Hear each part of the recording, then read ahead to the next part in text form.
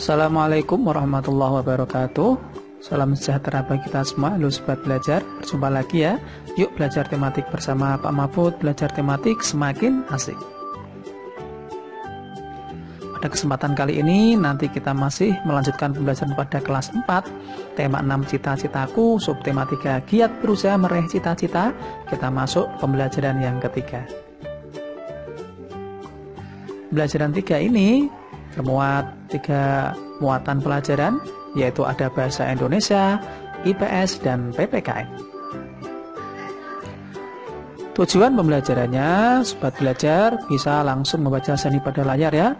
Apa saja tujuan pembelajaran yang akan kita capai pada video pembelajaran kali ini.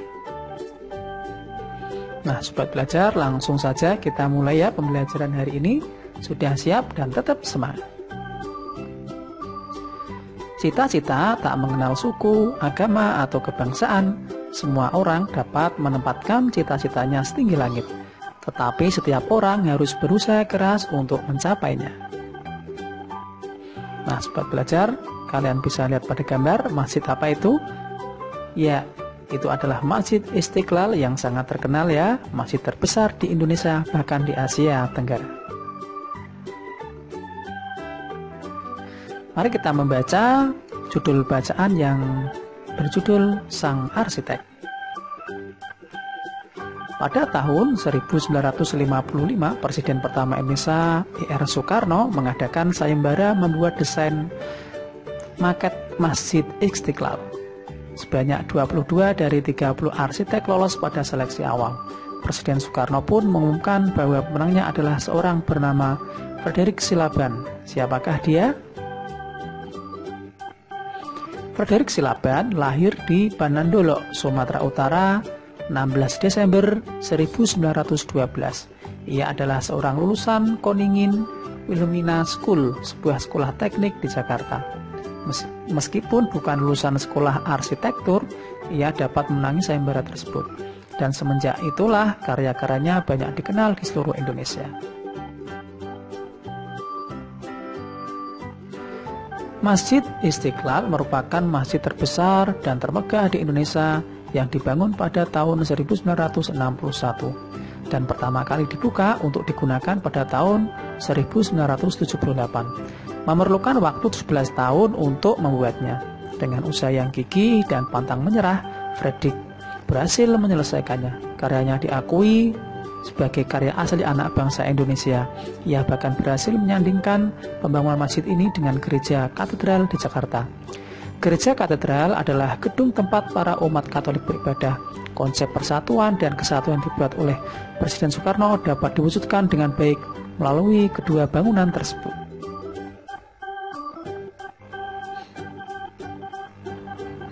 Hingga kini kedua gedung yang menjadi simbol toleransi dan persatuan tetap kokoh berdiri.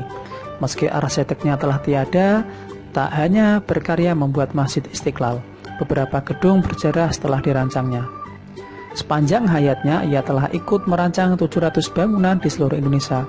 Bangunan tersebut antara lain adalah Gedung Stadion Gelora Bung Karno, yaitu pada tahun 1962, Monumen Pembebasan Irian Barat pada tahun 1963, kemudian Monumen Nasional atau Tugu Monas pada tahun 1960, Gerbang Teman Makam Pahlawan, dan Tugu Katulistiwa.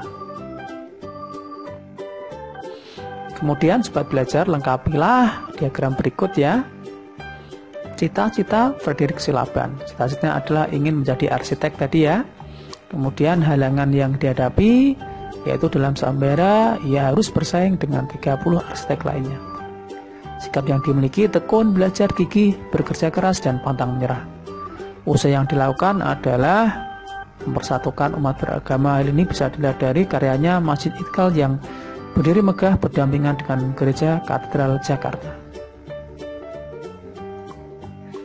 Apa saja prestasi yang telah diraih oleh Frederick Silaban karena usaha dan kerja kerasnya? Dengan semangat usaha dan kerja kerasnya, Frederick Silaban telah membuat Masjid Istiqlal, beberapa gedung bersejarah yang telah dirancangnya. Kemudian apa kesimpulanmu terhadap usaha Frederick Silaban untuk meraih cita-cita? Fredrik Silaban adalah sosok yang giat belajar, gigih, dan bekerja keras. Meski bukan lulusan arsitektur, Fredrik mampu menangkan sayembara dari Presiden Soekarno.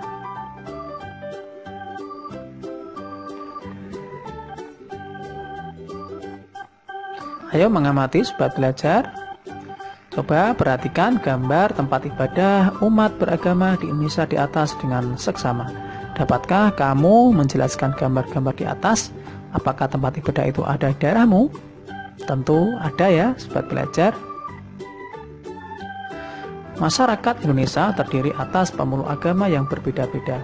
Umat beragama pada masing-masing agama memerlukan tempat ibadah untuk memenuhi kebutuhan keimanan mereka. Setiap tempat ibadah memiliki bentuk dan pengaturan yang khas. Mari berlatih sobat belajar. Tuliskan fungsi dan kegunaan tempat ibadah, kemudian atur sedemikian rupa pada kertas. Ya, nanti bisa menggunakan contoh di bawah ya. Kemudian jelaskan kesimpulanmu tentang kedua rumah ibadah tersebut. Nah, nanti bisa menggunakan format seperti ini ya, sobat belajar. Ya, Pak Guru beri contoh ya. Gambar A contohnya adalah masjid. Namanya adalah Masjid Istiqlal, tahun berdiri 24 Agustus 61, tempat ibadah umat Islam. Sejarah singkatnya nanti bisa baca sendiri ya, sobat belajar. Kemudian gunaannya digunakan sebagai kegiatan beribadah umat Islam, juga sebagai kegiatan sosial dan kantor organisasi Islam. Kemudian yang gambar B contohnya bisa seperti gambar berikut, yaitu Gereja Katedral, tahun berdirinya 1901, tempat ibadah umat Katolik. Sejarah singkatnya bisa dibaca sendiri nanti ya. Kegunaannya tentunya sebagai kegiatan ibadah umat Katolik. Kemudian kesimpulannya sobat belajar nanti bisa membaca sendiri ya pada layar.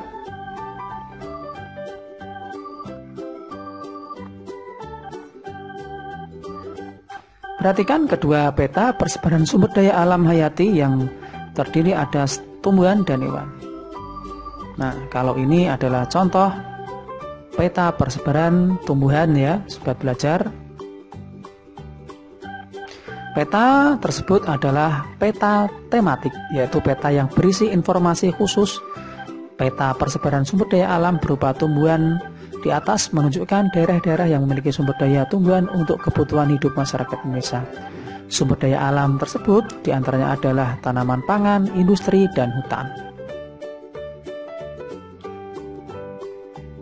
Nah, tanaman pangan itu terdiri atas padi, palawija, sayuran, dan buah-buahan.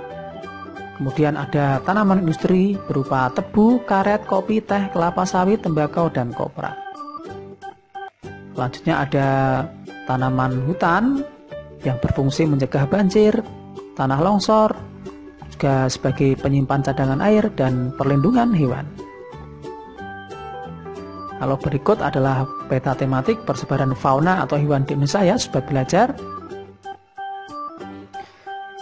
Sumber daya alam berupa hewan terdiri atas ada hewan liar, yaitu hewan yang dilindungi ya, sobat belajar. Ada yang seperti harimau, orangutan, dan masih banyak lainnya. Kemudian ada hewan ternak yang diternakkan atau dibudidayakan seperti ayam, kambing, sapi, dan lain-lain.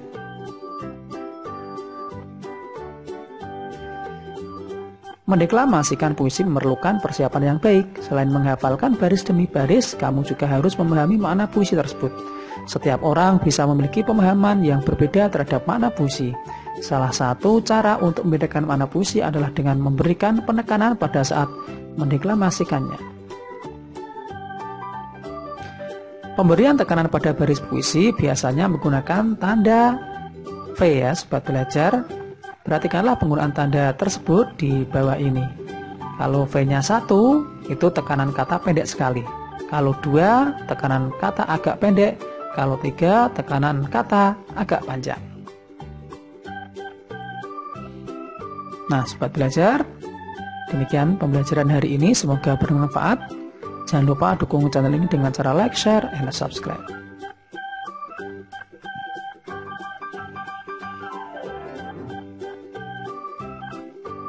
Demikian Sobat Belajar, saya akhiri. Wassalamualaikum warahmatullahi wabarakatuh.